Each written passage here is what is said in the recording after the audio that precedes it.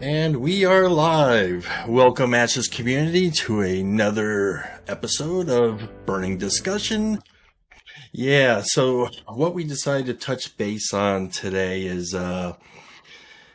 there's there's there's the two pinnacle things of every MMO. You got your PvE and you got your PvP, and it seems like in every MMO that third thing that kind of gets pushed in the back is the economy of the game, and no one takes that really serious. And I've played MMOs. I don't know about you, Ghandex, but I've played MMOs where the marketplace has become so saturated that everything becomes like so freaking cheap to buy that there's no real economy. The economy's broken. Or I've also played the flip side of that where no one's crafting at all, and you see that one thing that you are looking for at an auction house, and the price is skyrocketed because it's the only one listed. And I've seen both sides of it and everything. Have you seen these yourself in other MMOs? Yeah, unfortunately, a lot of MMOs like to. There is no real economy. There's no real player-based economy. It's all generated from I have no idea what, but it's artificial, is what it is. The only game off the top of my head that I can think of that had a fully driven player-based economy was Star Wars Galaxies. Those of you who have played it before the combat update, it was a very good system, including the auction house. And yes, while things sometimes did go awry and they had to reset servers or whatnot, for the most part, it was healthy and it worked. And as far as Ashes goes, to craft higher level things, people are going to need to craft lower level things because everything is going to be used. That was one of the things I had an issue with in WoW specifically, is that once you're done using copper, you're done using copper. You no longer ever need it. This is true. This is true. In a realistic aspect, that's not true. So I like that Ashes is going to continue to use all the way through the entire crafting. Look, we have no idea what the legendary crafting things are, but I can imagine there's going to be base level materials that are going to have to be used into that legendary, possibly as a raw resource, possibly as a build up to something else that needs to be used as a resource for that crafted item. So right. That should hopefully keep things on a more even playing field.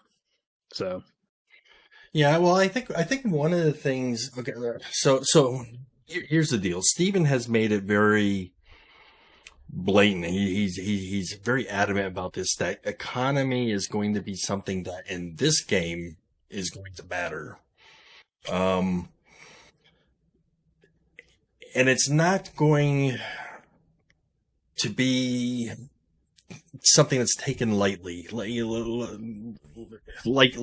the auction house. Let's use the auction house in this game as a perfect example.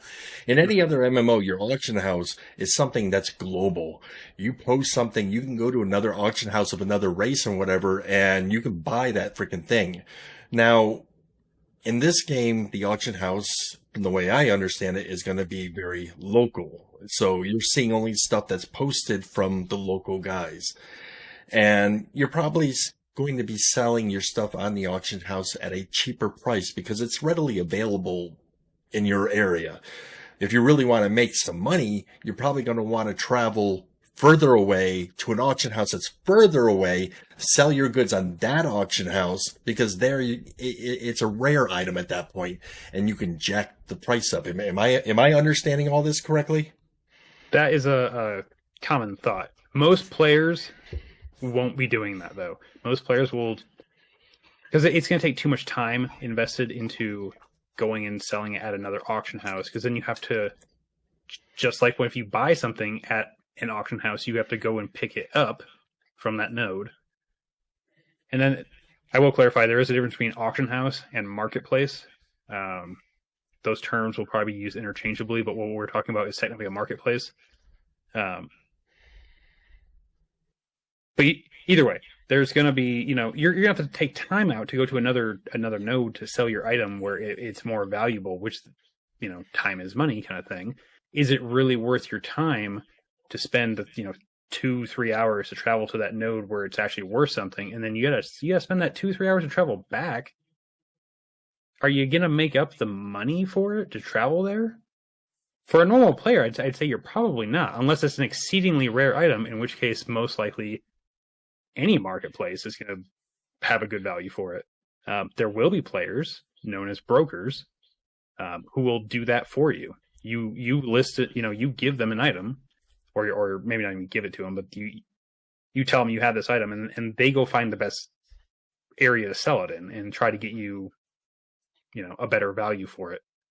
And sometimes they might just buy it outright for a little bit above what is market price in your area, and they will personally go and sell it for a higher value elsewhere, and they'll make up that money.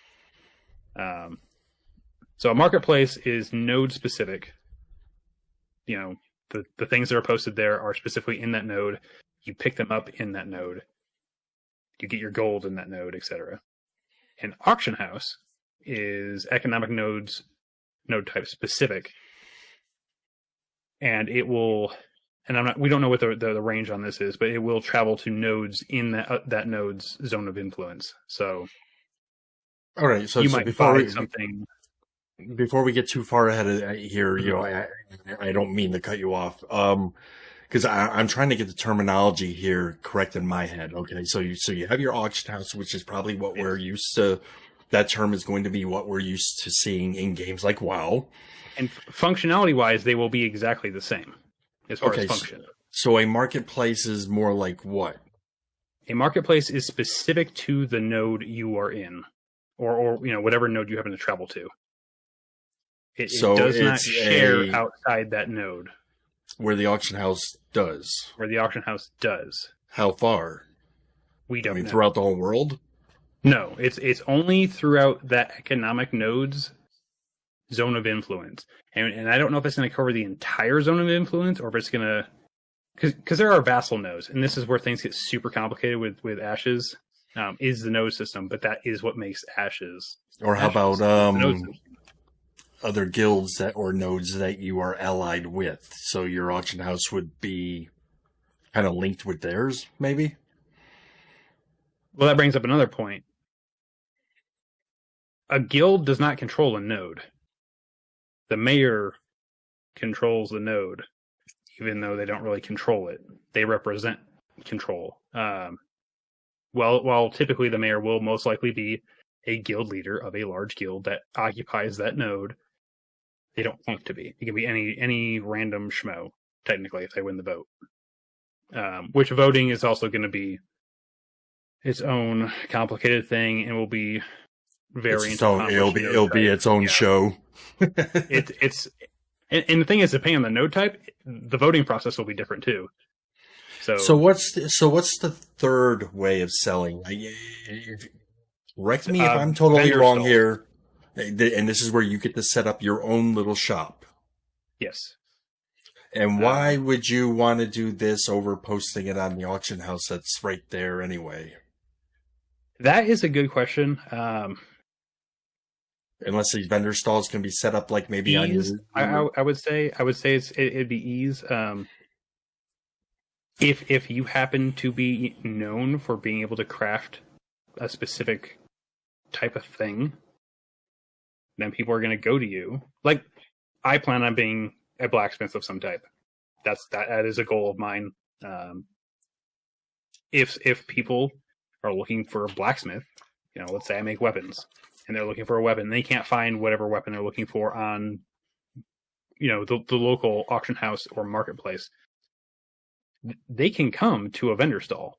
And I believe you will be able to have vendor stalls at your freehold. If not, then you'll have to set one up in town, which will be its own hassle, because you have to go make things and then transport those to town and then have to set that would be the only reason for me to actually see setting up one of those things, is if you could set it up at your own freehold, which is... I believe you can, because you can put taverns on your freehold, so I can't imagine why and taverns sell things, and I can't imagine why you wouldn't be able to set up your own shop at your freehold.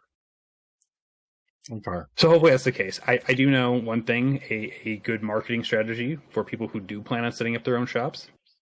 Go to all the taverns in your local area. They will have a board to post on. Advertise your shop, advertise what you sell. That's, I would think, a good way to generate some business, hopefully. And that board mention actually brings me up to my next thought of the different ways to actually make money in Vera. So, we're already touching base about crafting items or taking items that you've looted and putting them up on an auction house or whatever and selling them. So selling them is a good way of freaking making money. In past games, you could go out and farm the mobs like crazy and everything and get a lot of stuff that you could just sell. A lot of these mobs... Vendor trash. Right. A lot of these mobs would sell gold left and right and everything. I was hearing in one interview that they said they're trying to keep what the mobs drop to be very realistic. So in other words, if you're out there and you're killing a bunch of wolves, the wolves ain't going to be dropping any gold because they don't carry gold on their body. They'll be dropping their pelts. That is correct. So I've heard conflicting things. Even if you kill humanoids, I don't believe they will drop gold. That may or may not be the case. I don't know. It's just that they didn't want gold to be something that you could just gather by slaughtering a bunch of mobs. So, like you brought up wolves.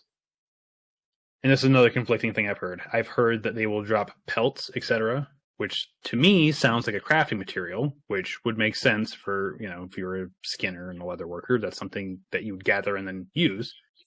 Or sell. Or sell. But at the same time, if you just killed a wolf and it dropped a pelt for anybody who killed it, that would then reduce the value of those pelts. One thing I did hear is that they will drop a certificate or a token of a pelt or whatever material that type of creature would drop, and then you sell that to vendors, and that's how you gain your gold initially.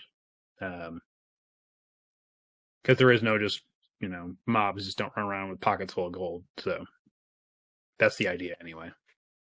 Okay. So what have we taken from this so far? Okay. So things you can put on the auction house and sell. We can make money that way.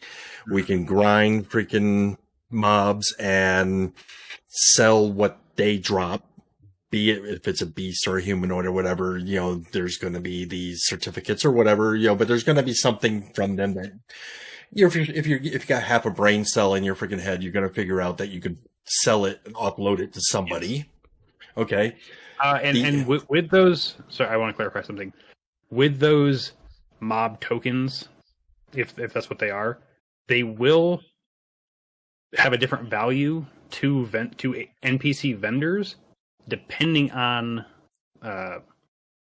inflation rate, how the availability of that particular item in that particular area. So if you're, I believe Steven brought it up, that if you're in the north, killing a bunch of snow wolves, it's probably going to be worth less after a bunch of people have done it than if you take those tokens and go south and sell them in an area where that type of wolf doesn't exist. They'll be worth more. But again, back to what I said, time is money kind of thing. You're going to spend the 2-3 hours to travel down there to gain an extra, 20, 50 gold? I mean, I don't know. I'm just throwing numbers out, but is it worth it? That's something you're going to have to personally weigh in your head is this worth it? If you want an adventure, you want to take a road trip, you're not like trying to grind your levels out, go for it. So, okay. So right there, that's two different ways that we've already figured out that you can make money. A third way, I don't know if you know anything about this at all. I've come into limited contact with information about this, but work orders. Yes. So work orders, and that might actually take into place more prominently with shops, is that people will post work orders at either a tavern or sometimes if they know they know you're a blacksmith. We'll use that as an example again. And they want this done. You can craft X amount of whatever it is that they need and get paid that way. Work orders are also for gathering. So if you're a miner and someone needs, I'm a blacksmith and I need a bunch of ore, I'm going to post a work order for I need X amount of this type of ore, and they're going to get it and I will pay them. So is this something, as you mentioned, the before mentioned, the bulletin board, you would post your work orders there? Yeah, I believe that is where you would post work orders. I think you can personally request them. You can just go up to that player and do it that way. Or if they have their own personal stall, I think you can do a work order that way, maybe. We just don't know enough yet. But work orders are a thing. They did mention that with the bulletin boards in taverns, you could post them. I like anything when they're thinking outside the box, and the whole work orders thing kind of intrigues me. Is like, I'm running low on money. I need money. What can I do? Go read a bulletin board. It's like, oh, it's a quest, but it's given by a player. Quest, yeah. So and you get paid for it. So I mean, I could look at a bulletin board, and this guy wants you to freaking bring him back freaking 50 different pelts. Hell, I know where the freaking wolves are to kill that damn thing. Okay, I'll go do that. Yeah, and they go get you the pelts. And, if you're a crafter, and that's what you do, you need that stuff. So, and sometimes traders, right. I have a friend who, in real life, is an investor. He does auction house trading, or not auction house trading, stock market trading, like real life stock market trading. And that's something he's super interested in. He did it a little bit in WoW, doing, playing the auction house. But I can literally see him doing only that, just traveling throughout the world, finding out what areas have better values for certain things, and literally just buying up stuff at one spot and selling it for more at another spot. And that's literally all he would do. And it's hilarious that you just mentioned that, because the next thing I wanted to mention is, of all the buildings that you can build in the town, once you become mayor and you get to select which buildings are getting built, one of the buildings you can put into these freaking nodes is a stock market. And do we know how that's going to work? I believe that's only for economic nodes only. And I don't know how that stock market system is going to work. Yeah, they're technically calling it a share market, but it's going to be a stock market. And I'm really curious as to, hell, can I invest money in that? And then when the freaking it goes up in value, I can freaking sell my shares. I think you might be able to invest in player-based businesses. I also heard you can invest in guilds themselves, which is really intriguing. I'm wondering what they're basing that on. I've heard that as well. I know you can invest in caravans. So caravans might be the one that people are most likely going to invest in, because it's the shortest. It's probably going to have the most return on it. At the same time, caravans also possess a very high risk, just due to the fact that if they're attacked and they're destroyed, all the money you invested in that caravan is now effectively lost. So, okay, so stock market is a possible another way of making money. We don't have enough information on that yet, but we're right now, as far as we know, it's limited to. You're definitely going to be able to make money off of it, but you're also going to be able to lose money off of it, depending on how aggressively you want to pursue it. What you rate your chances at. But as far as we know right now, it's only limited to economic nodes. I believe only economic nodes are going to have the ability for the stock market. I can't verify that, though. Now, if your guild decides to start off in a, I'm having a brain fart here with the other node types. The religious one, what's that called? Divine. Okay, Divine. So if your guild starts off in a divine node, is there anything stopping you from going to an economic node, traveling to someone else's economic node, and using the stock market? Yeah, where your guild is based, it has no correlation on what node you are a citizen of. So if your guild's based in node number 1, you can be, a citizen of node 99. Literally on the other side of the world. I mean, I don't know how they're going to generate the nodes, but literally you could be a citizen on the other side of the world it doesn't logistically make sense for you to do that, but you can, and there's nothing wrong with that. Steven, the only issue would be like wars, things like that. You kind of have to pick a side, and I don't think you can go to war with your node that you're a citizen of. So you kind of just have to either fight your guildies, which I don't know if that's a thing, or if you'd have to sit out.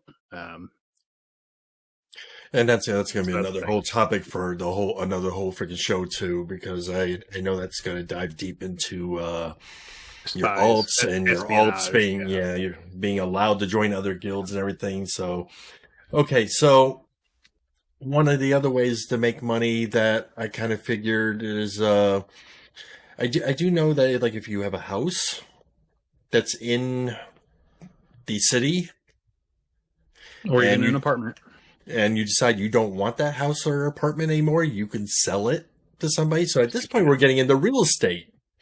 Yes, you can. Yes. Obviously, the popularity of the node is going to dictate the price. There won't be, as far as we know, there won't be any like hard caps on what you can list things at. So if you bought that house for 10 gold at stage 3 when you could buy one, and it's now a metropolis, and you want to sell it for 100,000, if someone has the money and they want to buy it, you can do that. This whole part of it is very humorous to me, because if you've actually read the story about Steven Sharif at all, he did dabble in real estate. So the fact that he's taken what knowledge he's learned from the real estate market and he's actually putting it in the MMO kind of cracks me up a little bit. It's adding a sense of realism, I think, which I like. I could go on about the housing market. I live in Colorado, so it's not as bad as California, but it's getting there. Okay, so that right there is a lot of different ways to make money in Vera. Now, one of the other ways that I know of is you can actually start your own little business. So if you have your own freehold, you can set up your little inn, especially if you position that freehold, let's say, near a nice dungeon somewhere, and then you have an inn where everyone can stop by and buy food from you, and because maybe you've leveled up the chef skill and all that. Running your little business near that dungeon may be something that's very profitable, and I'm assuming because I've only read examples where they were using the inn as an example, but I'm sure you could set up a blacksmith shop. So because you said you were going to be a blacksmith, to repair people's armor and stuff. Yes. Okay. We don't know what the distance is, but there will be a minimum distance gap between like freeholds, so you can't set them up. You can't set up your armor shop, and I can't set up my weapons shop right next to each other, unfortunately. So there will be. I don't think it'll be a huge gap, but there will be a gap. So, but yeah, taverns are going to be pretty valuable. Not only to the tavern owner, who has to spend the time to manage it, hire NPCs to work it, possibly hire other players to work it. We do not have clarification on that yet. But obviously, there's going to have to be people to work it, and you're going to have to manage that. There's a business. You got to make sure inventory levels stay stocked, etc. So you're going to be dealing with You have to have employees. Oh my god, that's yes. You have to have employees. Yes. Oh my! I figured you'd just be able to freaking set it up, go to bed, wake up in the morning. You made X amount of money. You are going to have NPC. Bare minimum NPC employees. Yeah, but man, when I find out my fucking waitresses have been stealing from me and everything, and they haven't been giving me all the damn earnings, Not sure that's going to be something to worry about, but that brings up an interesting point, though. I'm sure he's going to have some kind of grand freaking system set up for it and everything. Okay, you're in, took in this much. Here's how much your waitress got paid. Them, yes. Wow. So, I do know, and a lot of people are questioning, why would I ever go to a tavern? Well, is your home away from home? You can't just go to a dungeon and just fast travel back to your freehold or your apartment in town. You have to walk or ride your horse or whatever it is there's very, very limited fast travel options. So you can't just go and raid the dungeon and then just leave. You're like, let and me go back try to to narrow town. this down a little bit, because we call this an MMORPG. Okay, but in the years that we've seen all these MMOs come out, a lot of these MMOs have lacked the RPG part of it, the role-playing game part of it. If you take a game like Witcher and you went to a tavern, that was the place where you bought your food. It's a place where you got new quests from. It was the place where you were able to do a lot of different things. And it seems like, as far as this game goes, they're putting the RPG part of it back in with the taverns. That, at least that's how I'm looking at it.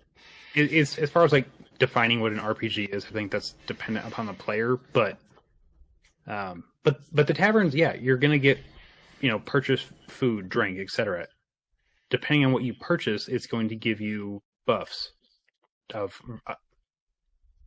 a variety of things. It's hard to tell right now, but depending on what the value of the food is, the quality of it, it's going to give you a different buff. Depending on what you're eating. A lot of foods in game, MMOs do a similar thing, but I believe there will be minstrels or bards in these taverns that will also grant you a buff if you hang out for a while and you listen to their songs, etc. Parlor games in taverns will possibly grant you a buff, depending on how long you stay there. I don't know if they actually will or not. But in one of the interviews with Steven, he mentioned, because you touched on, why people would want to stop there, and you're mentioning picking up food and everything. And I want to repeat something that he actually said in his interview. I'm trying to remember this as best as I can, guys. So if I'm kind of a little off on it, just bear with me. But he mentioned, like, okay, you can be an inn that sells a fish. Okay, so you sell a certain fish and you sell it for X amount of price. Now, if that fish is cooked in a certain kind of pan, it gains additional stats.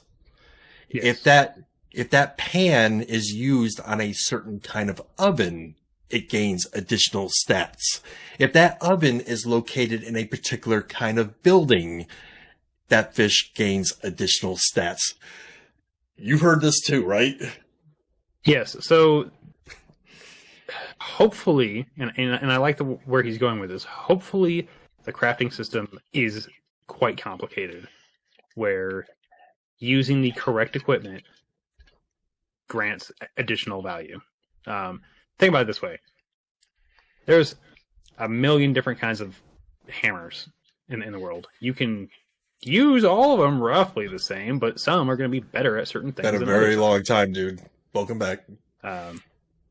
So, I mean, it is the whole pan thing exactly the same. You can cook a can of soup in a stock pot on your kitchen stove. It's not the best thing to cook it in. A smaller one's going to be, a smaller saucepan's going to be a lot better, but. No. I get it. I again, this is him thinking outside the box, and I like the complication of it, because this puts you at a point too. It's like, why do I want to stop at that inn when I can stop at that inn over there who sells the fish with better freaking stats? They will give you better stats. Yeah. There's also talk about discovering recipes, and I don't know how far this is going to go, but supposedly, if you discover a recipe, you will be the only one that will have access to it for like 2 weeks, and then you're allowed to you'll have access to it exclusively for 2 weeks, unless you write it down and then sell that recipe, unless someone else also discovers it. So, but after that initial 2-week period of discovery, then it will become more open for that other craftsmen of the same type. So it gets removed from the loot tables of the world because someone has discovered it? I think other people can discover it as well during that time frame. I just don't think that people will be able to it's really hard. I'd have to watch the video again.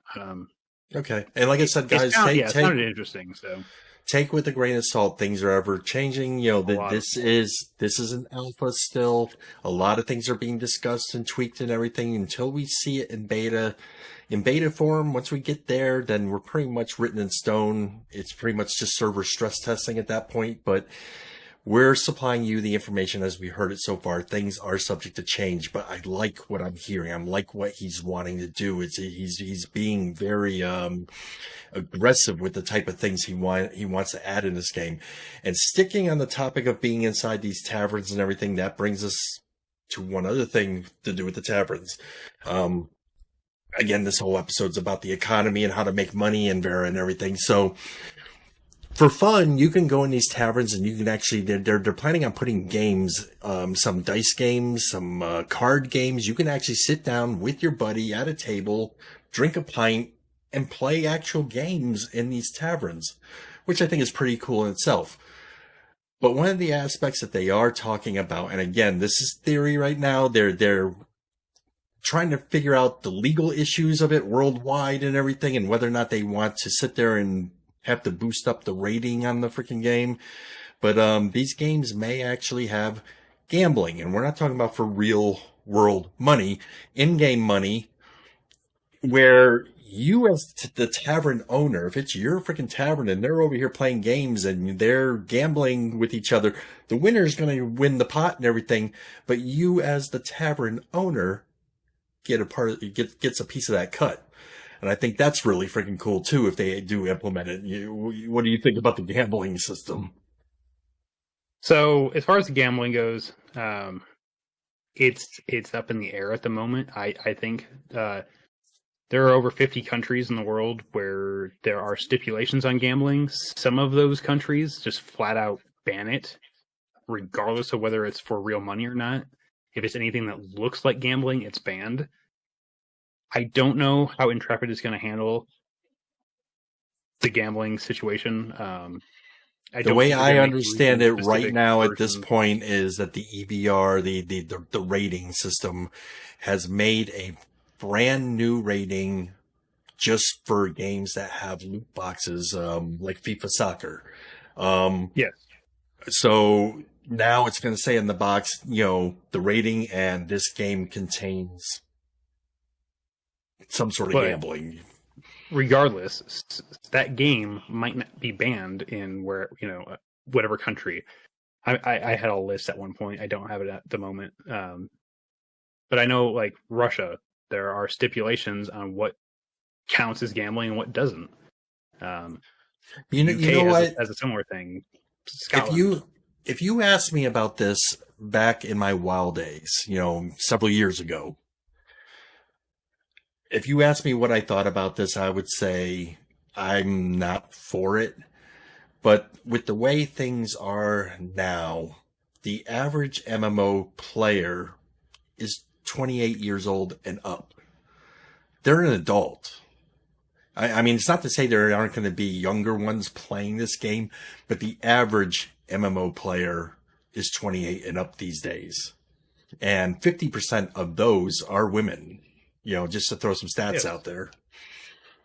But again, this isn't based on like age or gender or anything like that.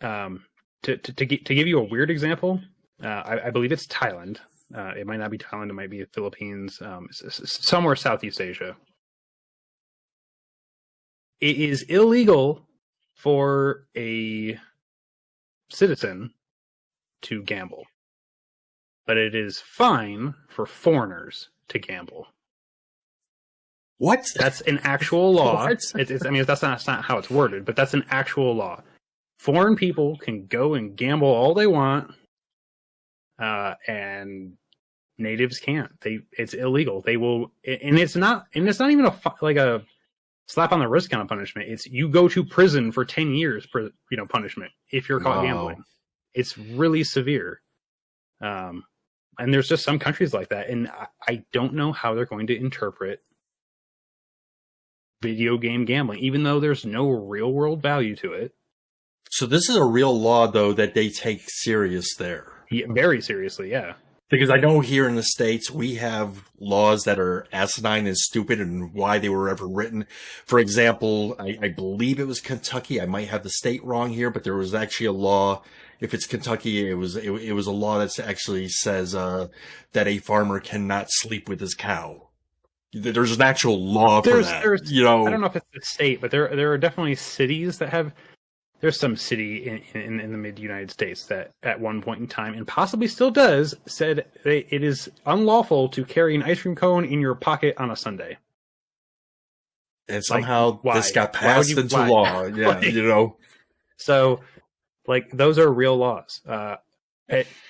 Real laws that are less stupid, that still exist, is the Make My Day law. That is still present in Colorado. If you walk on my property, I legally am allowed to shoot you. No questions asked. I'm actually for that. It depends on who you talk to. Let's not get into the gun debate right now. It depends on who you talk to. I think it's a little outdated, but that's just me.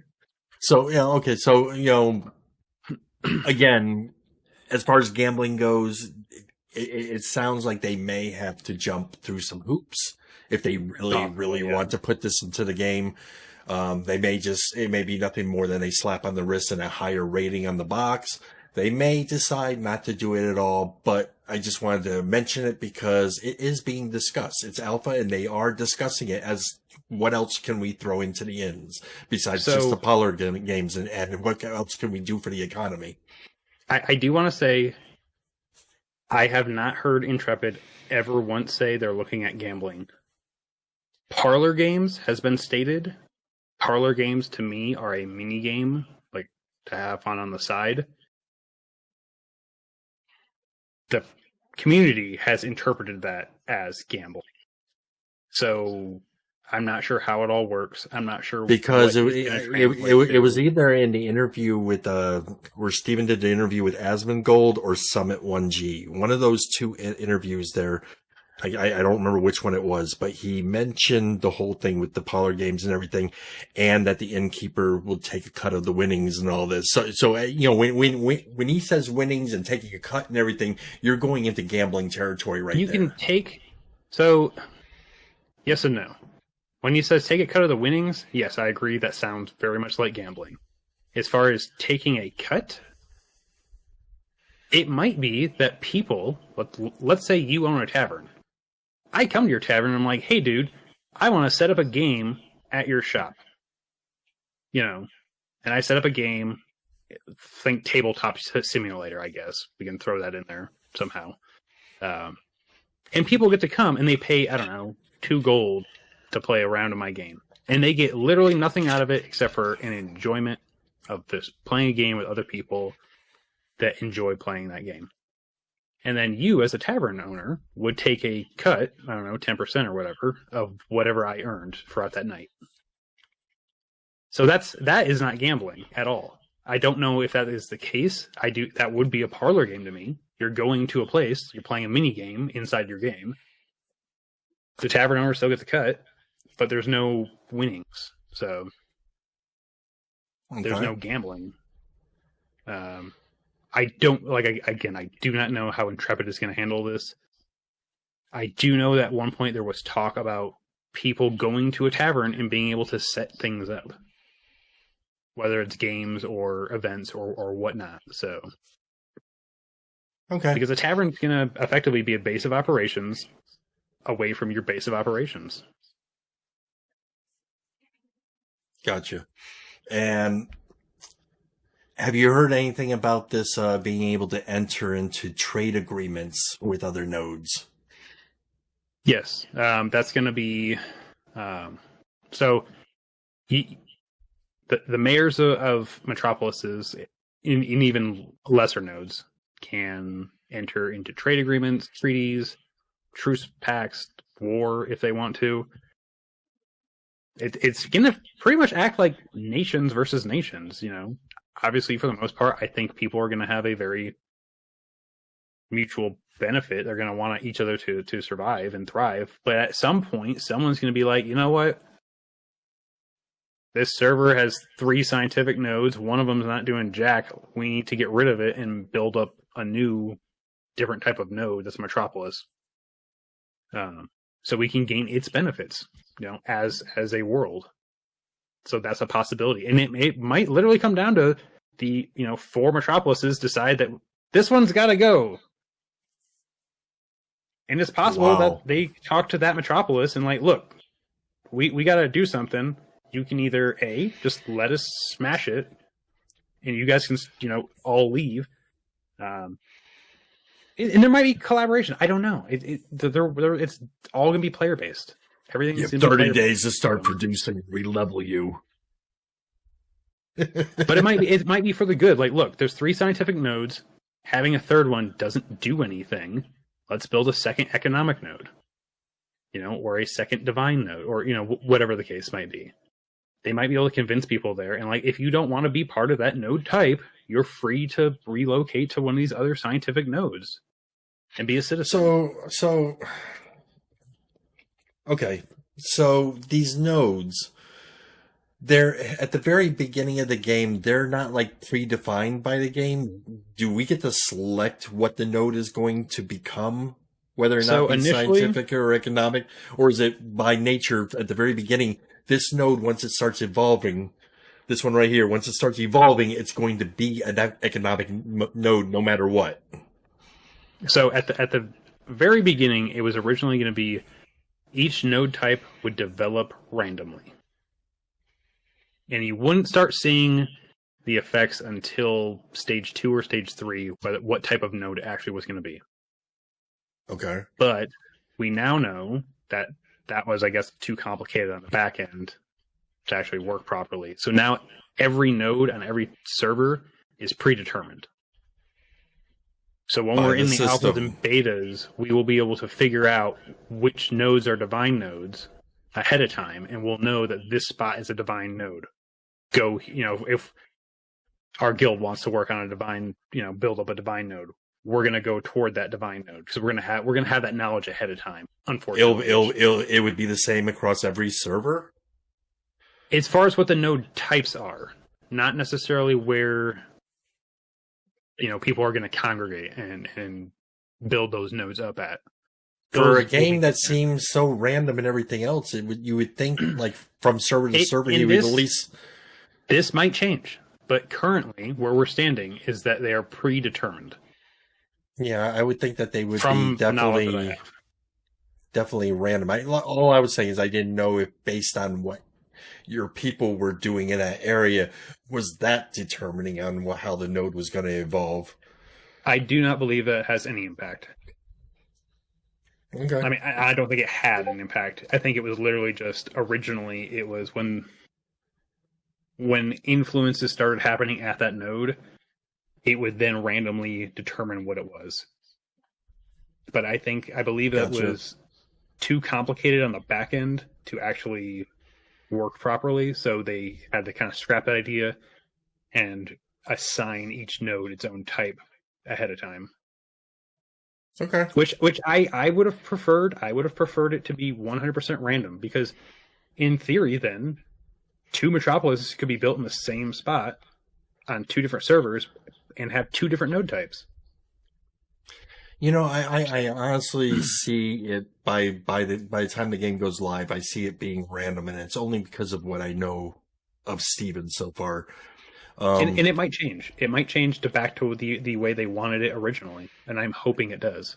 I mean, from what I'm gathering from him, he doesn't like the fact that when people do a boss fight and they figure out how to beat the damn boss and everything, a YouTube video gets posted, and now all you gotta do is look up that YouTube video on how they kill that boss. Instead, he wants to make these bosses a little bit more dynamic, a little bit more random, where a video isn't gonna really do much to help you. And in fact... And I fully agree. That was one and in fact, depending on how well your party is freaking doing in that damn dungeon, that boss is either going to be freaking harder or easier.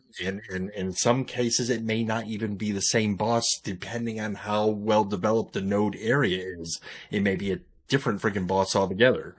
So, yes, I've heard that as well. So he likes the randomness part of it. I cannot see us having an alpha where everyone's mapping out where every single node is going to be and it's getting posted online. I don't see Steven wanting something like that. We don't have to worry about that in Alpha 1 because we're not going to be actually on Vera. That won't happen until supposedly Alpha 2. Yeah, it might not even happen then. It might not happen to the betas. We don't know yet. I do know Alpha 1 is set on what they call Alpha Island, where it's its own little map where we're going to get to test things out. So, as far as like location details, Alpha 1, we shouldn't figure any of that stuff out yet. So, and hopefully I would really love it to be randomized. I think it will be. I really can't see him not going any other direction than that. And not just Steven. Jeff also is very huge on wanting to make this, and it's one of those MMOs where you don't start getting bored because everything's the freaking same every time you do it. They want you to go and revisit that content over and over again, and it's like different every freaking time that you do it, depending on the party you're with and how good they're doing and how bad they're doing. It's just going to be different. Which I would love, because I don't like the cookie cutter. Neither do I. Neither do I. Because the same. You fight the same fight a million times. And that makes it real easy for some of these freaking lazy YouTubers who sit there and they want to be the first just to get their guides out. And they do it for every single game. Okay, well, here's the new gun in Call of Duty. Here's, how, the best specs for it, and release their video on day one. And it's no different with MMOs. Let's go freaking kill that boss before anyone else does it. Freaking record it, upload it to YouTube. Here's our video on how to kill that damn boss. And it's a done deal at that point. And anyone else who watches that video, yes, they go and they kill the boss the exact same way. But being able to go into this game and watching that video, and Steve, like I said, you watch that video and it's not going to help you a whole lot because that may not be the exact same boss. It may not be the same moves that the boss used that time compared to when you fought him. I like the randomness. I want the difference. Yeah. I would like in a game with adaptive AI, maybe not even adaptive AI, just literally just random ability table. And it just, and guys, yes, it rolls random ability tables. We definitely went off subject here a little bit. So just reeling it back into economy and ways to make money and everything. Okay. So there is a Thieves and Assassins Guild in the game. So I'm assuming there's going to be the players who are going to be able to go and rob people and steal their friggin' money. We don't know how the Rogues Guild is going to work just yet. There will be a trading guild as well, and a mages guild, I believe. Mage/scientific, maybe. Sounds like they took all that from Elder Scrolls. I mean, everything is derivative off of everything else. So, but as far as a Rogues Guild, I think it's more like I can only speculate. I can't assume that you're going to be able to pay people to go and murder one player. It's possible. You might wait a minute. You're saying that in a game that also has bounty hunters? So bounty hunters are going to be completely different than... What's the point of paying a rogue to go and attack this one dude? Because it's someone who likes PvP and doesn't care about corruption. So yeah, I'm going to go fucking kill the guy you want me to kill. That's what bounty hunters are for. The bounty hunters are to go kill the guy who freaking ganked the other guy. So it's like a chain reaction. So it's hard for me to figure out what the Rogues Guild would be good for. Possibly espionage. That's a thing. Possibly sneaking in and sabotaging siege equipment, etc. But that sounds more like the rogue archetype class abilities. We just don't know enough yet. We don't know enough about like the trading guild either. I assume the trading guild will have some way of communicating what prices are listed where. That way it helps people who want to be brokers. It helps people who want to be traveling merchants. So at this point, would you say that you just don't know if the Assassin's Guild or the Rogue Guild would be beneficial in an economy-based, sense, as far as making money? I would say all three would have their own different areas of expertise and how they would make money, but we don't know enough for me to really give an opinion about it. I can give speculation. I believe all three would have the potential to make money, especially like Rogue's Guild with espionage. Definitely. Guilds are planning on attacking this other guild, or this node is planning on attacking this other node. They're going to want information. They're going to want to know about defenses. They're going to want to know about this and this. If you have a guild that can provide, the information, people are going to pay for it. Information is super valuable. So, see, okay, so if I'm going to go on a speculation trip here and everything, I'm gonna speculate that, let's say there's someone in my guild. We'll use Zyphene. Zyphene didn't show up tonight. He's not here, so I'm going to talk about him behind his back and everything. Yeah, Zyphene, you're the scapegoat. So I'm pissed off at Zyphene for some reason, okay? I go and I hire, maybe there's work contracts for the Assassin's Guild. I can sit there and hire myself an assassin to kill Zyphene for me. I don't get my hands dirty, okay? I don't take any corruption from it. It's someone else who's willing to do it. The sink to it is that once this guy gets his corruption, now a bounty hunter can go and get his contract to go hunt down this guy who killed someone else.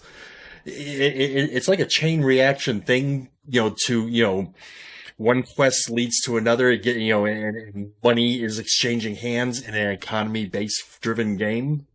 Mm-hmm. You following me on all this? I'm not following what your motive is for killing someone in an MMO when there's no gain for you. Well, okay, you gotta remember too, so Steven has even said this in his videos too. He doesn't like faction-based MMOs because sometimes the people that piss him off the most were the people in his own freaking faction. Yeah, so, which makes sense, but if someone, it doesn't necessarily have to be Zyphene.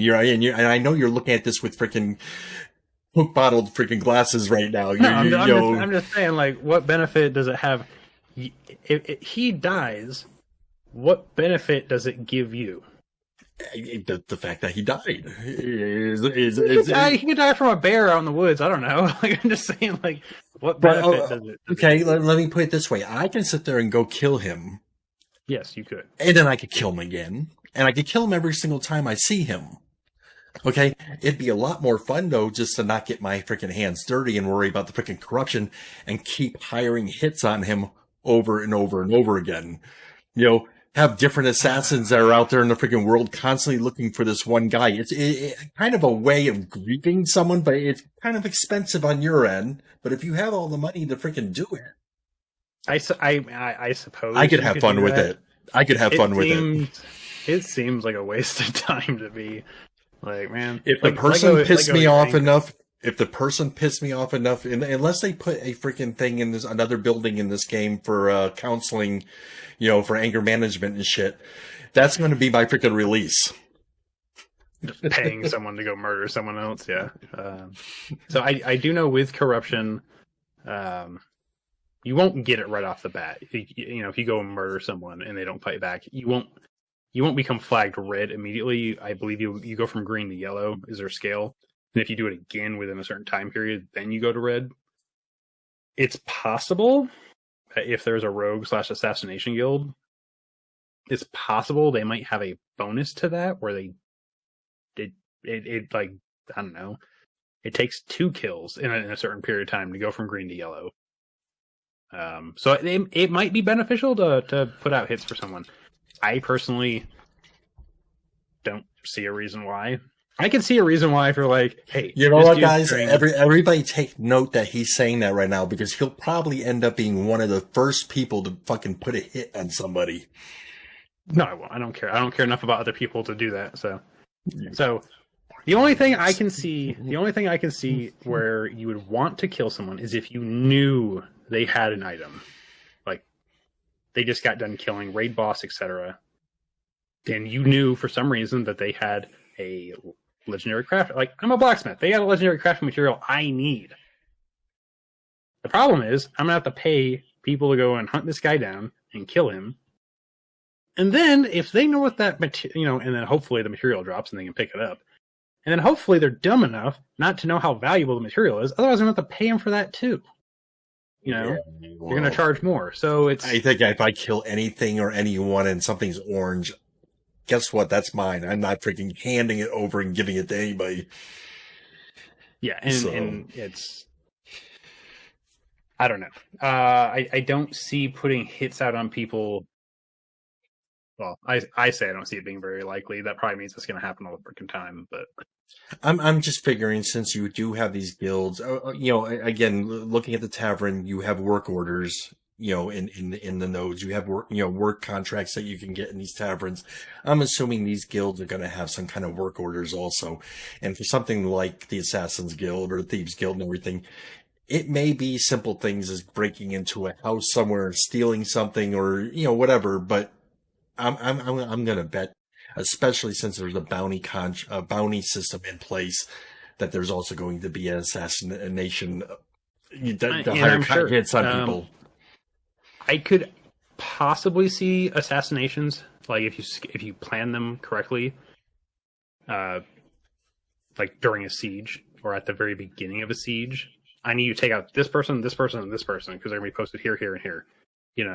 I could see that being very strategic as well. Because some of these MMOs in late game too become very toxic, where people start to really freaking hate each other and everything. So it can be very profitable later on. I mean, it depends, but yeah, people do start to hate other specific players, especially when there's no like cross roaming. So you get to know that I recognize this guy's name. He's a douche. Yeah. So. I got a question. It's not really on subject here, but can I do everything and even become god of the server? So, well, we don't know exactly how the divinities work yet, but I'm gonna say probably not. I believe the highest you can achieve would be king, which is the monarch who, the guild leader that controls the castle of that region. There's 5 castles in each server, so.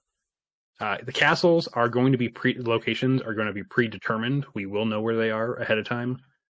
So those will be static as far as where they're at. Now, correct me if I'm wrong too, that the king, the guy who actually becomes king by taking over the castle, has to be a guild leader. He's the only one that could become the king. Because it's a guild that takes the castle, and obviously the leader would then become king. So yeah, if you're a guild leader and you're bringing your guild to attack the castle and you succeed, then you can become king of the land. 20% of the land. And then the other guilds and everything will then come and try to take your kingdom from you, Jon Snow. Yeah. It'll be a worse beating than the last season of Game of Thrones. There might be some like high priest type position in a divine node. We don't know yet. I know there will be some type of ranking system for divinities, but again, we don't know enough about divine nodes to give you a lot of information. Okay. So we've actually discussed many, many, many ways to make money in Vera.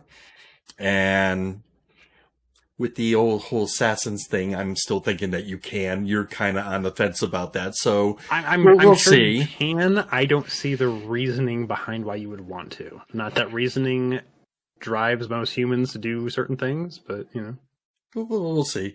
So far as how much the ways of making money, I would say that this game is bringing to the table more different ways of making a living than most of the other MMOs, if you really think about it. Yeah, I would agree. The biggest... we didn't actually discuss travel. Travel is a way to make money, too, if you provide travel, transport. So that's a way to make money. In what way? Ships. If you own a ship. Ships are going to be expensive to build. Not everyone's going to have a ship that can carry, 20 to 30 people. Now, they did say a water mount can go all the way across the ocean and everything, but I'm assuming a ship is going to do that a lot faster. I guarantee you it will be faster. Don't know how much faster, but I guarantee you it will be faster. It will also most likely be safer, as there will be creatures in the water.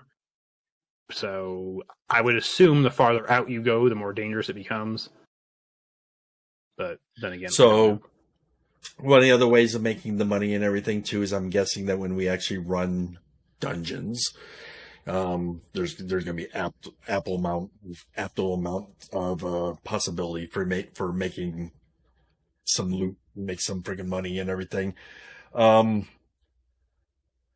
than that, is there anything else that comes offhand as far as anything that's been told to us that you could think of as far as ways of making money at this time? Because I mean, we've covered a lot here. Slightly touched on this, but animal husbandry is going to be a big way to make. I mean, it kind of goes with personal shops kind of thing, but I believe it will be a very good way to make money, especially if you're good at it. For those who are not familiar with animal husbandry, just let's give us a brief explanation as to exactly what that is. Animal husbandry is the breeding of mounts, or even pets, really. We'll stick with mounts right now for simplicity's sake, but let's say you have this horse, and you get another horse and you breed them. You are, depending on your level and in the artistry system, you will be able to dictate certain stats. And then through that breeding process, going down, through the lineage, you will eventually be able to make a very either well-balanced mount. You can make a very fast mount, very good in combat. Keep in mind, there's also crossbreeding allowed too. So you can breed not only a horse with another animal and make a very unique mount. Yes, they will have unique cosmetics to them. I was talking to another friend about this because in the last stream we saw from Ashes, they talked about how there's land mounts, there's flying mounts, and there's aquatic mounts, and each one is faster in its natural environment than others. Like a land mount can swim, but it's slower in water than it is on land. I'm wondering if it's possible, and it might be, if there's a way to make a hybrid mount where it's a land and an aquatic mount effectively mixed, where it's probably slower than either of those specialized ones, but it has equal speed. If they put something like that in the game, my guess would be that would be a rare, ultra rare mount that drops from a boss fight. That would be like a legendary mount. I can see it being possibly legend. They said you can craft legendary gear. I can't see why you wouldn't be able to have legendary animal husbandry abilities. And I'm not saying that hybrid mount will go as fast as a land mount. I'm just saying it would go, it goes at X speed on land, and it goes at that speed in the water as well. But it might be slower than a normal land mount or a normal aquatic mount. You know what I mean? But again, for economy's sake, if you are able, someone comes up to you and says, "Oh my God, I love the look of that mount." Well, I can make it for you. This is another way to make money. Create this freaking mount for somebody and sell the mount to them.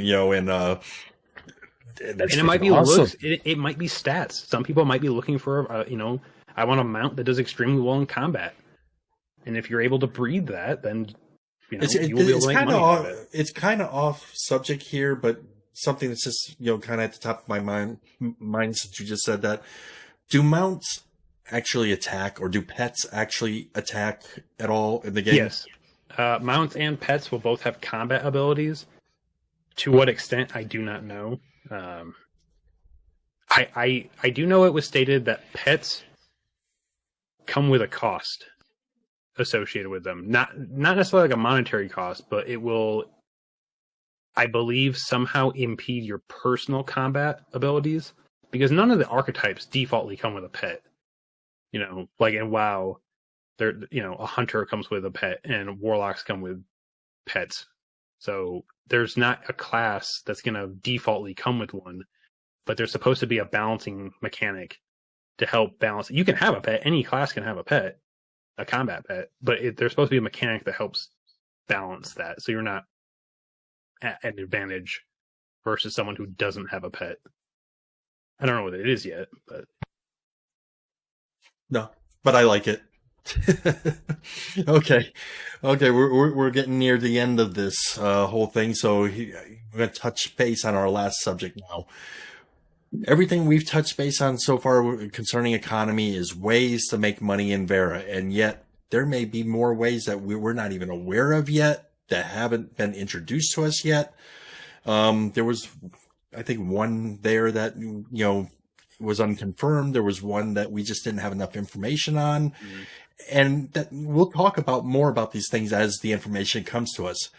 But the flip side of making money is spending your money. You're losing your money. So right off the bat, there's three ways that I can think of. There are three things that are actually item sinks in the game. One being your item durability, one being over enchanting, and one being deconstructing and salvaging. So I want to actually touch base just on each of these three things right off the get-go. There's going to be the normal sink of actually spending money at the auction house and just things that are going to make you lose money and everything. But what I'm thinking here is you always have to have those things that are going to take things out of the economy, where it no longer exists. So it becomes important for someone else to make it again or discover it again. And in an MMO, you need that happening constantly and everything. So in this game, we'll start with the first one, item durability. They have item durability in this game, and Ghandex, let me know everything you know about item durability. So as far as item durability goes, it's what you would think it would be. Every item has, we'll call them hit points for now, but they have a level. As you use that item, it's going to degrade. It will, I believe, be less effective as it reduces, as its durability goes down, and eventually it will break. There is no limit on how often you can repair that item. Now, wait a minute. Is break the same as destroyed? I don't believe so. Okay, so it can break to the point of being completely destroyed, though, and unrepairable, though, right? Possibly. We don't have confirmation on that yet, as far as I'm aware. Okay. But I do know if it breaks, it does cost more to repair it than if you repair it before it loses its entire durability. As far as I'm aware, there is no lifespan on how often you can repair something. So I don't think something can be fully destroyed unless you choose to deconstruct it and salvage some of those materials that were in the item. But I could be wrong on that. Yeah, if I'm gonna guess, this is me theory crafting again. I think okay, if you keep repairing your stuff, fine. You're keeping it from getting into a break state. But once it's broken, okay, it's in your inventory and it's broken, you can't use it. I'm gonna assume after your item breaks X amount of times, which is another reason why to swing into a blacksmith and get your stuff repaired before you go off on a dungeon or whatever, or maybe carry a backup weapon on you. I'm going to assume if it gets broken X amount of times, it may become completely destroyed. And the only reason I say that is because, again, this is going to be, you need item sinks in the game. You being able to take that item completely out of your inventory, out of the freaking game. And if you want that particular sword again with you're going to have to go and repeat whatever you did before to get it, because you were the irresponsible one who didn't take good care of your equipment. You let it get to that state. Is that a fair assessment? With that, that's where the repair comes into effect. Is that you don't just go to a vendor and pay gold to get it repaired. You actually have to either have the materials on hand, or like you said, take it to a blacksmith and they will repair it. Or, I assume saddles on mounts will have durability as well. You'll have to take it to a leather worker or whatnot to get repaired. Everything will have to be repaired at some point. Everything is supposed to have durability. I don't think things will be fully destroyed, though, even if they're broken. They just cost more to repair. Does that make sense? It makes sense. I'm just thinking that it would. I think it would definitely get destroyed at some point, but we'll see. It might. It's not confirmed. Yeah. Okay. It's not confirmed. On that subject, so let me put us in a little situation. So for the last hour and a half, our guild has worked its way down very deep into this dungeon. We've killed lots of freaking monsters already. We've been playing for an hour and a half already. My equipment is freaking busted and everything. Now, do you think blacksmith guys that are in your group are going to be able to fix things on the spot? Or are they going to need to go back home to their anvil or whatever? You see where I'm going with that? There is the possibility of bringing a portable anvil. Portable anvils were actually a thing in the olden days. They were small, but they were usable. Sure, they didn't carry them on their back going into dungeons, though. they did not carry them on their back going into a dungeon. No, it's usually on a wagon. But it's like if you were talking about realism, it's the portable forge that would be the harder thing to manage. But and being that this is not WoW, it's not like we can get our armor broken or whatever and then teleport back to town, fix it, and then teleport back. Yeah. Travel matters in this game. That's not going to happen. So my question would be is I wonder if they're going to allow blacksmithers, for lack of a better term, to be able to create armor patches that, you know, if you're in a dungeon and your shit starts to get damaged, you can slap on the armor patch and kind of it's kind of like a cheap repair. They might. I don't know. We haven't seen hardly anything of crafting. We've heard little bits of, you know, here and there, but like, it would make sense to me because it'd be something else that the blacksmither can actually sell that allows him to make income all the time. People buying the armor patches. Yeah, it's a usable, you know, a consumable item. Yeah. In a lot of games, blacksmiths don't have consumable items. They have like enchantment type items, and then just gear usually. Okay, so you and I differ in agreement there as far as if your durability, if the weapon or the armor would actually get to a point of actually being destroyed. Okay, well, going into our next item sync over enchanting. Mm-hmm. Okay, and I'm pretty sure what we know about this is you're going to be able to enchant your equipment, and you're going to be able, I believe, enchant it like 3 times safely. But after that, it becomes a random number generator thing where your equipment can actually break to the point of being unusable. You can actually ruin it. So you can't get too greedy with trying to. The more you enchant it, the more powerful that item is going to be. But if you get hit with that random number generator in a bad way, you just lost your sword, your staff, your freaking armor or whatever. You just lost it because you got greedy. RGN's a bitch. What can I say? I mean, I like that concept. It goes into the high risk, high reward. Enchanters are gonna make people super happy and super pissed off. Like, like you broke my shit. You know, like and it's not the enchanter's fault, really. And that kind of goes back to the whole cooking thing. You know, using the right pan on the right stove in the right building is going to provide a better quality fish than using not all that stuff. You know, I assume enchanting is going to go into a similar thing. You're going to be able to help mitigate those numbers, that risk, but not entirely. Like I'd say at most, RNG is a bitch. You're going to be able to reduce the possibility of it being unusable by like maybe 15% reduction. Like, and I think no idea what the numbers are, but I think because the enchanting can actually break the armor to the point of not being usable anymore. I think just because they have it in that going back to item durability, I do actually see stuff getting to a point where if you let it break too many times, you're going to lose it for good. It kind of confirms it to me. I do know Steven said there's no limit on how many times you can repair an item. That does not mean, however, that there's not a limit on how many times an item can break. Correct. So we don't know. You might be correct. I might be correct.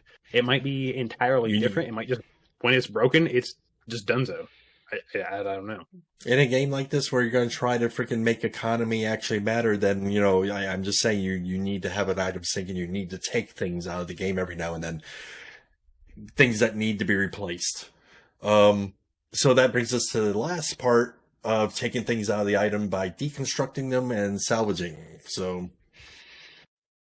yeah, so it's hard right now for deconstruction and salvaging to give you good examples.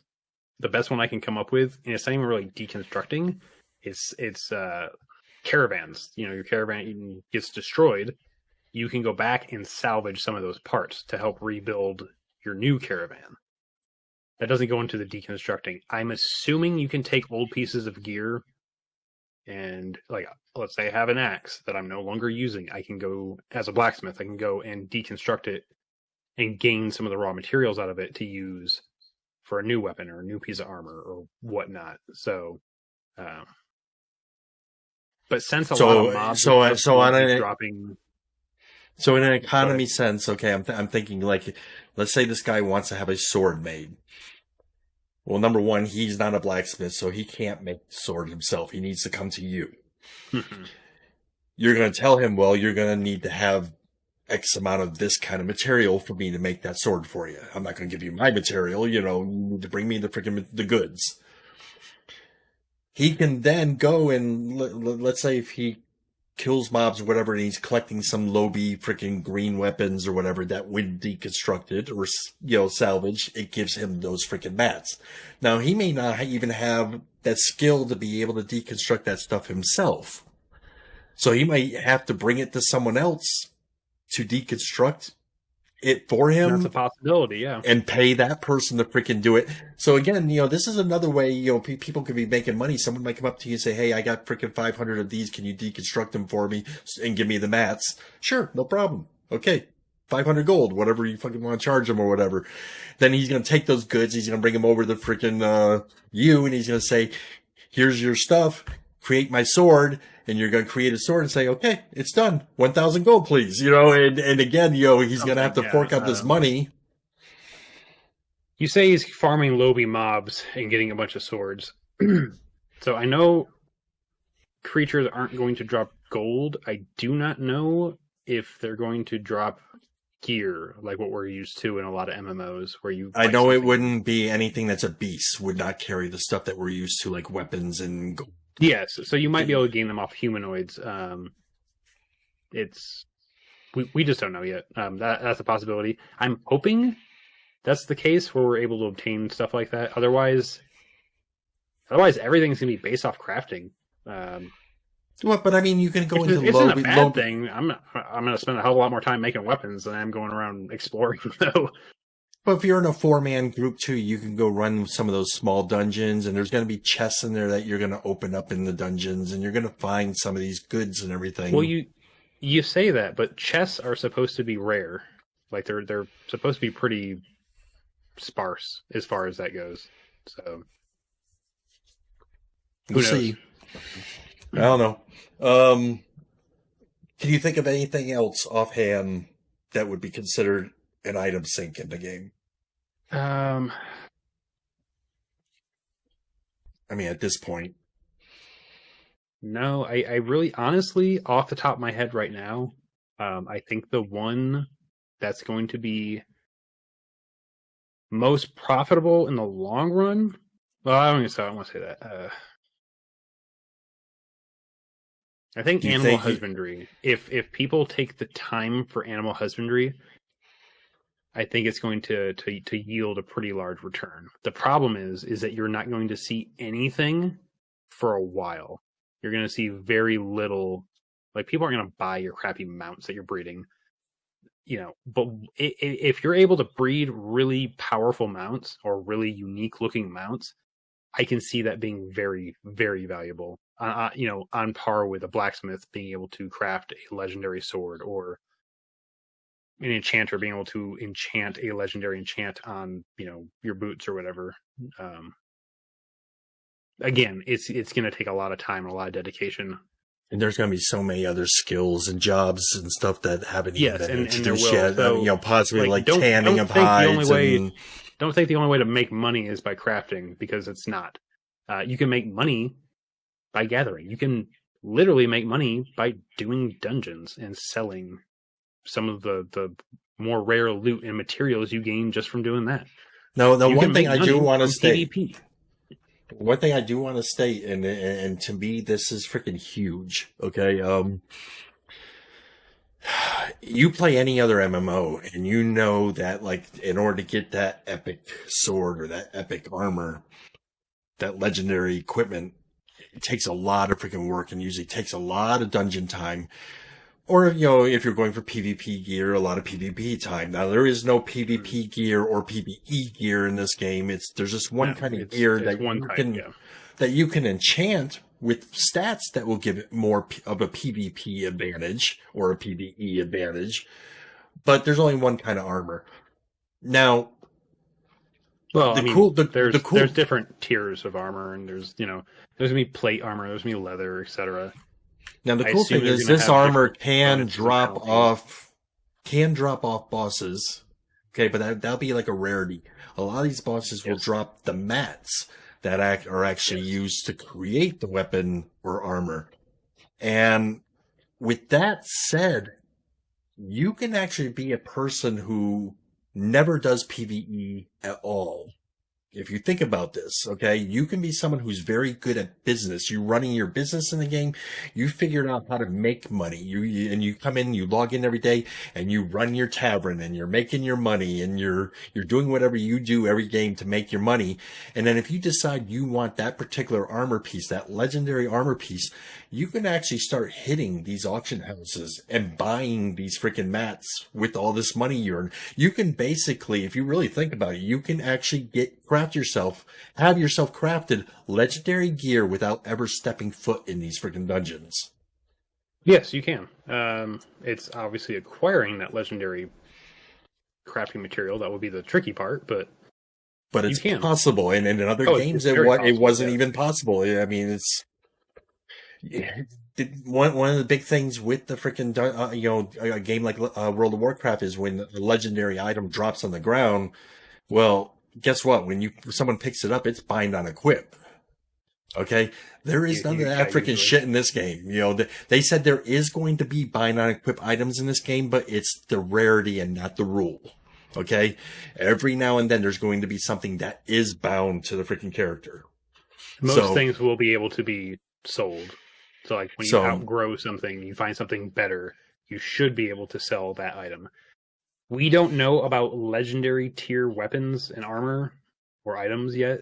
Those may be bind on equip. I don't know. But for the most part, and those are going to be rare anyway. Something else I was reading too is that you can actually so let's say a guild is freaking doing this dungeon for the first time together. A legendary sword has dropped. Now the person can freaking, they can let someone who's going to use the sword pick it up and have a legendary sword. Or it's one of those things where you can actually take that, and they said you can disenchant it, and you'll have the mats to create 2 epic swords. So you're getting a lesser level freaking sword, but you're getting 2 to split up amongst the guild party. I don't know. I can't imagine that you'll gain all the materials you need to make those. Maybe not all of them, but probably the more important items. I can see it. Yeah, I can see you being able to deconstruct that sword, and it'll give you enough material of a certain rarity to make those 2 swords. But I don't see you just being like right off the rip, being like, "Oh, I got 2 epics now instead of 1 legendary." So, well, I wanted to mention that because if you think about it, if you're a new guild who's going to be farming this particular dungeon every day anyway, and right now none of us have any good armor. Do we let one guy have his freaking legendary, or do we say let's give 2 guys, 2 epics, to make it easier on the future runs? It's a decision each guild would have to make on their own. It is. I mean, personally, I'd say keep the legendary. Yeah, so would I. I'm greedy like that. That's me. I mean, I'm not saying even if it wasn't me that was getting it, I would say keep the legendary. Like, what are the odds of it dropping again? Like, we can make epic weapons. That's not an issue. We can make legendary weapons. Making them, well, yeah, but that's gonna be a lot harder. You know, Well, like it's gonna be a lot easier to make an epic weapon than it is to be able to make a legendary. And again, what these bosses drop is based on the performance and how well your group is doing in a dungeon. So, it's going to become important at some point that everybody gets geared as good as they can. So you keep getting better and better at taking down these monsters. So they keep dropping better and better loot. Well, those dungeons also are going to have a performance based on how close, like, an active node is, like what the development stage of that node is, the node type, etc. So there's going to be a lot of things that depend. I know we're talking about dungeons. For those of you that dungeons are not instanced. They're not like WoW or other video game, some of the other MMOs you've played where you go in and you're the only party in there. These are open world dungeons like EverQuest. You go in there and you're competing with other people in these dungeons. Sometimes it's a good competition and you're helping each other and you're pushing through. And sometimes, well, they don't like that you're here, so they're going to attack you. Or you don't like that they're there, so you're going to attack them. That's a thing. And it's something that people need to be prepared for because it's going to be a pretty big game changer, I think. All right, getting back with the economy thing, I think one other thing, I'm not. Did we touch base on this? Because I'm not sure if we touched base on this. Taxation. Have we touched base on it at all? No, we did not touch base on taxation. So that would be another thing. So let me know what you know about taxation. So taxation. I'm going to start with nodes for right now. I'm going to start small because it gets more complicated the higher node you go. I believe once you hit stage 3 with a node, and I don't know how often it is, but there is a tax that gets sent out to the citizens and I believe the businesses as well. And the mayor gets to set the level of the tax. We don't know what that is. I believe it will be simplistic, like a flat rate. I don't think it's going to be, a tier based or anything like that. But I don't know. The mayor has effectively no control over that money. That money gets dispersed through maintenance because buildings have durability effectively. They degrade over time, just like a normal building in the world does. So that money gets put to maintenance. It gets put to repairs if a building is actually damaged. It gets put to new, put to work for new buildings. And that's kind of what the mayor gets to determine is, we just upgraded to stage 4 node. So now I want to build X building. He needs to have the resources available in order to do that. He does not get to pocket any of that money, or she. So that's something people don't have to worry about. In castles, however, wait. So how is that money taken from us? Is it automatic when we buy something? There's a tax on the price of the item. Honestly, I don't have information on how it's obtained. Okay.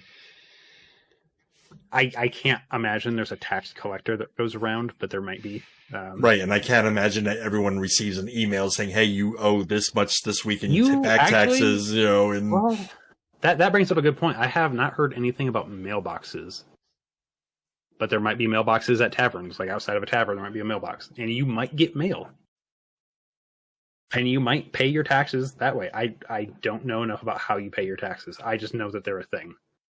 And I know what they're used for. But yeah, let me go on to castles because they're a little different. So with castles, the money usually goes for the same thing.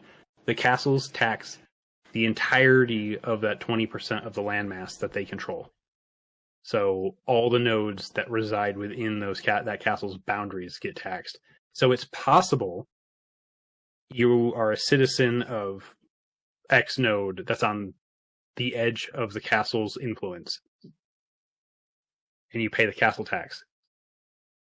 And you're also in the zone of influence of a metropolis that's outside the castle, and you might pay their taxes. I don't know how that's going to work, because I know zone of influences can cross over the castle's zone of influence, if that makes sense to you guys. So right there, the taxation gets a little complicated. The king also actually can take some of that taxation money for himself or herself. So that's another thing. So the guild that controls it, the actual guild leader, which is the monarch, will be able to take some of that value for themselves personally. And obviously, the rest of it's going to go toward development, defenses, etc., upkeep. I'm sure it's actually quite complex on how it gets distributed, and I think, don't quote me on this, but I think if you wanted to, like, you just took over the castle, the taxation period was right then, and you're just like cash grab kind of thing, you're going to grab your money and then dip and then abandon the castle. That's the thing too, and maybe take all of the taxes and not put any of it toward the castle. That might also be a thing. I don't know. There might be a limit on how much you can take. Because you're never going to have a situation where the mayor is going to steal all the freaking money, and I'm going to get voted out of office anyway. I'm going to steal all the freaking money and run off. The mayors do not have access to that cash. Like, they get to allocate where it gets spent, but they don't actually touch it. Whereas the monarch does touch it. I don't know how much. If it's unlimited, if they get to touch the entire pool, I could actually see guilds sacking a castle, controlling it for that tax period, and then just leaving because they took all that money. And then they're like, going back to mayors for a minute. If the mayors can't touch the money, do we know? Like, let's say you were the mayor, okay? Mm-hmm.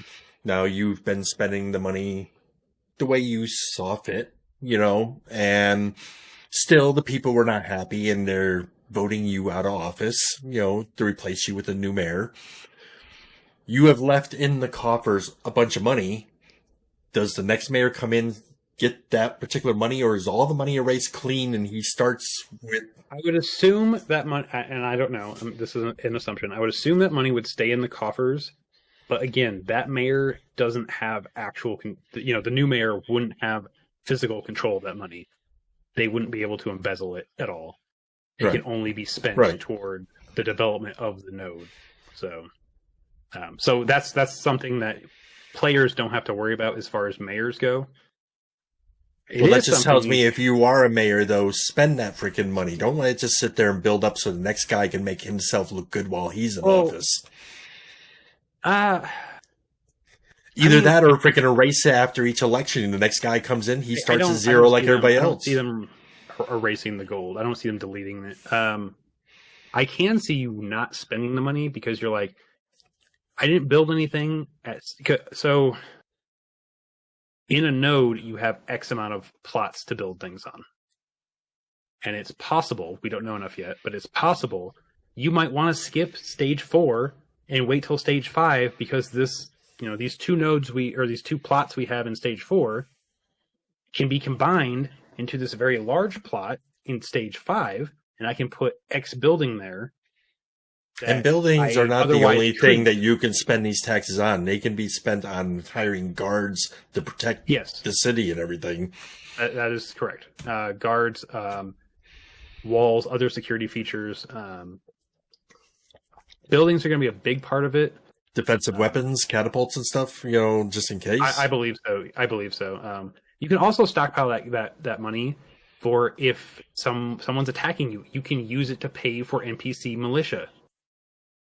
Like, so there is a reason why you don't want to just like, I got this money and just blow it all. As the mayor, you want to keep reserves, like a real mayor wants to keep reserves for emergencies. And in that too, like, you want to keep reserves. Let's say you get attacked and buildings get damaged and destroyed. You want to have, even if you fend them off, you keep your node from getting destroyed. There's still damage that needs to be fixed, and it costs money to do that. So if you're broke and then you got broke ass buildings everywhere, no one's going to really want to be part of your town, All right. So moving forward here, I think we're pretty much at the end here. So I have Yeah. one question left, and that would be kind of from where I started this whole show with. Uh, where the hell did I put the freaking question?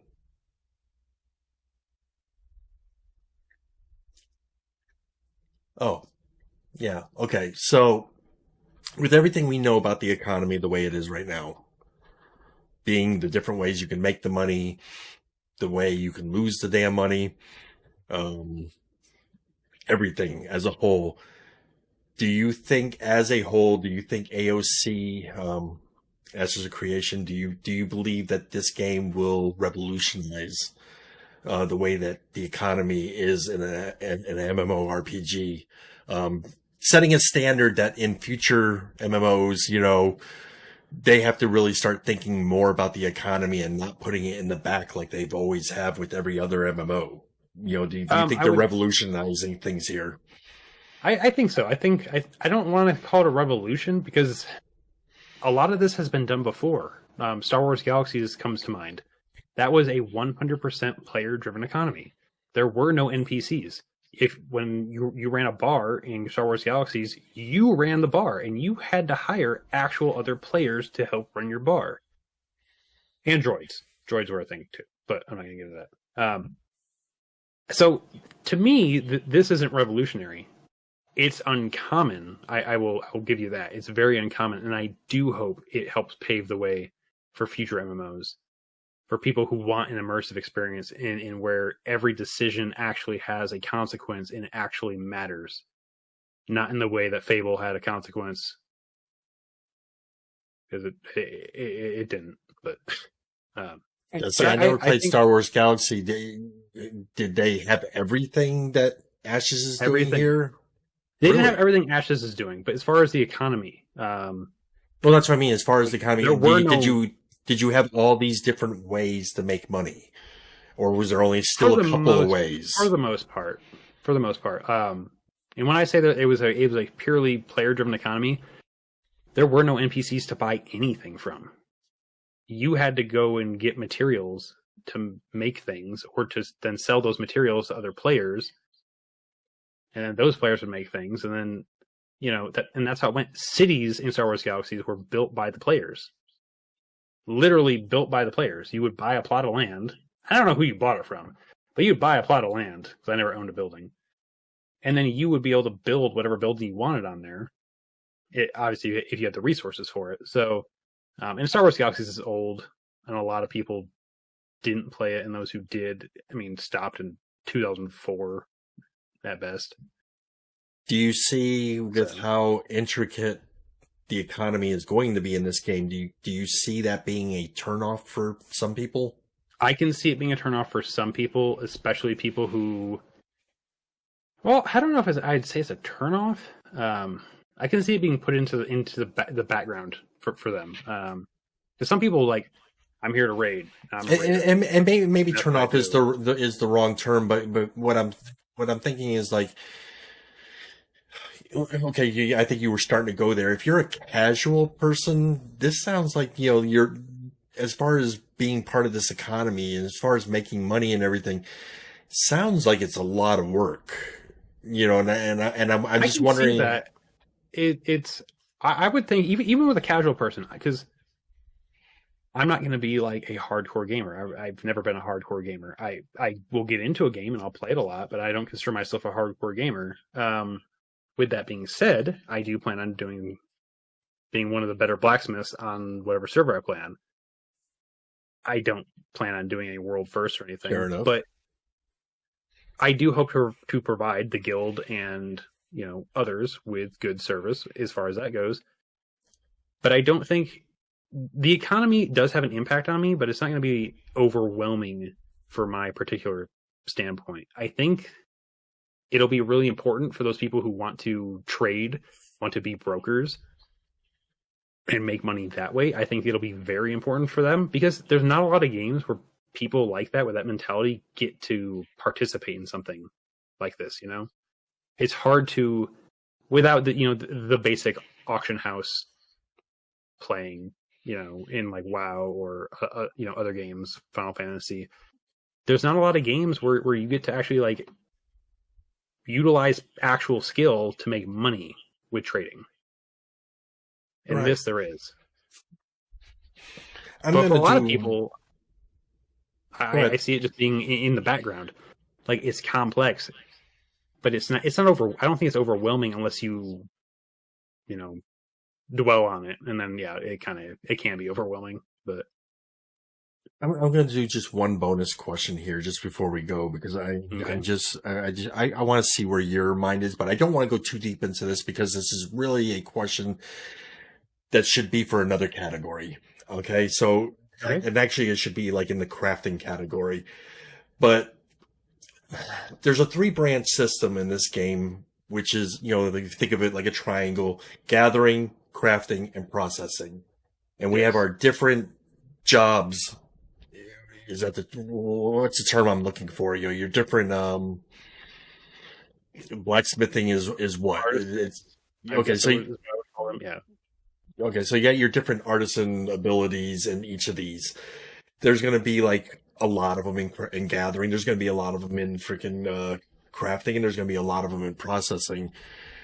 Yes. And just from the little charts I've seen, I mean, for like, processing can go very deep into stuff like tanning, the leathers, and, for the shipbuilders, there's going to be woodworkers, and, there's going to be all these different types of jobs happening in this world. It's going to be like a real economy. And that's why I'm kind of tying it into our whole economy based discussion.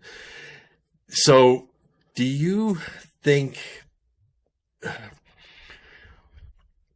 I really tried to figure out how to word this correctly, okay?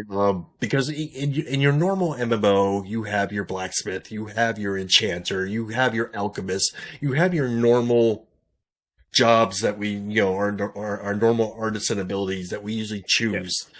And in this one, there's going to be a lot more. So do you think people are going to spread out evenly enough through all these, especially these ones they've never heard of before? And do you see any of them becoming very top heavy, or because it's new and they're very excited about it? Because I see one that I really think is going to be problematic, to be honest with you. I mean, off the top of my head, I would say for the most part, crafting professions will be pretty evenly spread, I would think. Until we know more about the systems. And hopefully one isn't easier than the other, or one's insanely difficult. Hopefully that's not the case. Hopefully they're all roughly the same as far as like difficulty and time investment. I do see people gathering being a lot more prominent than crafting or processing. Because that's the one I see that I believe is going to be very top heavy is because of the uniqueness of it, and people being excited for it would be animal husbandry. People wanting to breed new mounts. And I'm wondering if all of a sudden you're going to have all these freaking people who are choosing that one particular trait. But again, like I said, while I believe animal husbandry will be able to net you large amounts of return, it's going to take an insane amount of time and almost luck, I would say, for breeding. Because you got to take, taking this animal and this animal, and you're breeding together, and they're making this. And you will have some influence on what it comes out to, but there's still a random chance that it won't be what you want. Really? There's going to be a randomness to it. Like, look at actual genetics and how actual genetics works. There's common denominators, and sometimes, and most of the time, those prevail. Sometimes they don't. There are genetic mutations. I'm assuming there will be some possibility of mutations with animal husbandry, especially when you crossbreed things. Turtle and a horse don't really mix that well. It's very possible it's not going to come out well. And it's possible that it comes out amazing because you were lucky. RNG gods. It's an automatic armored horse, man. It's a torse. I'm just saying, like, it's just sometimes the RNG gods love people, and sometimes they don't. So, but you don't think maybe, you know, with that said, I can see a lot of people trying animal husbandry. I see a lot of them dropping it rather quickly because it's not yielding any tangible results quickly. You know. Hey, could you see like a lot of people not trying woodworking or tanning or, you know, some of these other ones that we've never heard of before because we don't know enough about them? Well, Lord of the Rings Online has woodworking, and I believe they have tanning as well. I think that's what leatherworking is, but and maybe, who knows? I know a lot of people who are going to be playing this game, especially the Kickstarter backers. They're really diverse, and they have a lot of diverse interests. So I don't see any of them. Some of them might be a little more rare than other ones, but I don't see any of them like being. You're not gonna. I don't see it being where you're not gonna be able to find somebody. You know. I'm just looking at it from an economic standpoint. You know, which jobs or which artisan abilities that, you know, net the people the most money. You know, and if everyone's going to have their mind at the same thing, like, well, everyone's going to have to eat, so I'm going to be a chef, and everyone's going to have to eat, so, and everyone's going to want potions, so I'm going to freaking also, you know, do that, you know, alchemy. So this is the thing, and it's going to work just like real life. Food doesn't cost too much money because you eat it and it's gone. It's a consumable, and you're going to keep rebuying it. So it like economically, it can't cost a lot of money. Otherwise, you won't be able to purchase it, and you'll go somewhere else. So you can't charge a lot for like food and potions and stuff. Certain potions, I'm sure, and certain food, but for the majority of it, it's going to be, I'm not going to say cheap, but it'll be affordable. But like armor and weapons, you're not going to replace every single day. Or, I mean, if you are, you're doing something wrong, but you shouldn't be replacing your armor and weapons every single day. So they're going to cost more. The mounts, like I said, they're going to net you, I think, a lot of money because you're not going to replace your mounts. You might acquire new ones, but you're going to keep, until they die, the ones that have a lifespan, you're going to keep your mounts. So, you know, the things that I can see there being a lot of cooks. I can see there being a lot of alchemists. I don't see, you're going to sell more, but it's going to be at a lower price point. You know what I mean? Like as a blacksmith, I'm going to be selling less than a cook would, but I sell at a higher price point. So I think realistically, right now anyway, I don't see any profession outperforming any other profession as far as income wise. Some will achieve it a lot sooner. Like a cook will see almost immediate returns. I made a bunch of this stuff. I'm going to go to this tavern. I'm going to sell it to the tavern. Done. You know, he made whatever his money is. Whereas I made 5 swords. Now I'm going to wait a week and sell 5 swords. And hopefully it's not that long, but you know, versus someone who's going to make a mount, it takes them 6 months before they get a mount that's actually worth a damn. They spent 6 months not making any money, but now they have a mount that's worth 10,000 gold. So, you know. All right. I think we're going to wrap it up there, guys. This show was about economy. Again, Wednesdays and Sundays, right? That's what we decided on at 9 p.m. So we were a little late today, but we apologize for that, you know. And hey, if you caught last week's episode, and of course I know if some of you saw the video, it was atrocious, and I apologize completely. It was both of us. Nothing to do with Ghandex. Ghandex. Yeah, Ghandex. Oh my god, I'm freaking tired, I think. Yeah, nothing to do with Zyphene, but yeah, I had issues. He had issues combined. It made the video atrocious. Plus, I said we would do better next time. I think we did. Everything sounds better. Everything looks better. Everything is cleaner. If you learned anything today, please follow, like, whatever. And again, if you're going to play Ashes of Creation and you haven't signed up for it, there's a link down below. It's free to sign up. It does help support us, and we will continue to make this this kind of content. Right now, like I said, we're just theory crafting as to what's going to be in this game. Ghandex here is in the Alpha 1, so he will be playing the game soon. I get in on the Alpha 2 a little bit later, but we'll definitely be in before all the beta people. And the nice thing is they're going to let us freaking stream what's going on, so we can actually show you guys unless things change. Yeah, Alpha 1, I will be able to stream Alpha 1. I'm actually working on getting that stuff set up. So once that's set up, we'll be posting that also in the channel. That way you guys can take a peek when I get that going. So just stay tuned. So yeah, thanks for stopping by, and we will see you in the next one. All Cheers. right, thanks guys. Have a good night.